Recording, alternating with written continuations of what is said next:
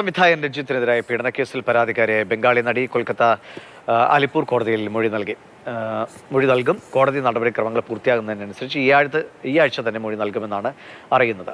Pradeep Joseph വിവരങ്ങളുമായിട്ട്. Pradeep, Kerala police എങ്ങനെയാണ് ഈ അന്വേഷണം ഏകോപിപ്പിക്കുന്നത്? അവിടെ അതിനുള്ള സംവിധാനങ്ങൾ, മൊഴി രേഖപ്പെടുത്തുക, കാര്യങ്ങളൊക്കെ കൃത്യമായി മുന്നോട്ട് പോകുന്നുണ്ടോ?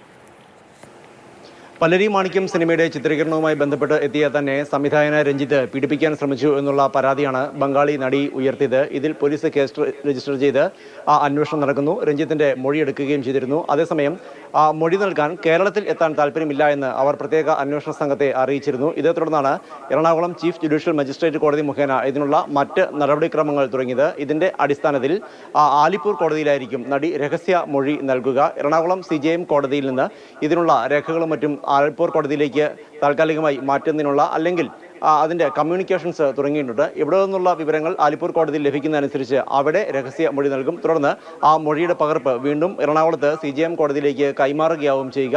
കേരളത്തിൽ നേരിട്ടെത്തി മൊഴി നൽകുന്നതിന് താല്പര്യമില്ല എന്ന് നടി അന്വേഷണ സംഘത്തെ അറിയിച്ചിരുന്നു. മാത്രവുമല്ല, കേരളത്തിലെ തന്റെ സുഹൃത്തുക്കളോടും ഇക്കാര്യം അറിയിക്കുകയും ചെയ്തിരുന്നു.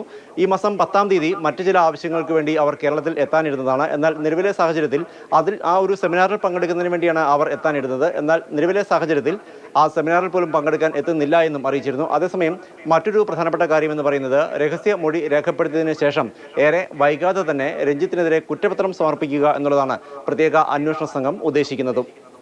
ശരി, പ്രദീപ് ജോസഫാണ് വിവരങ്ങൾ നൽകിയത്.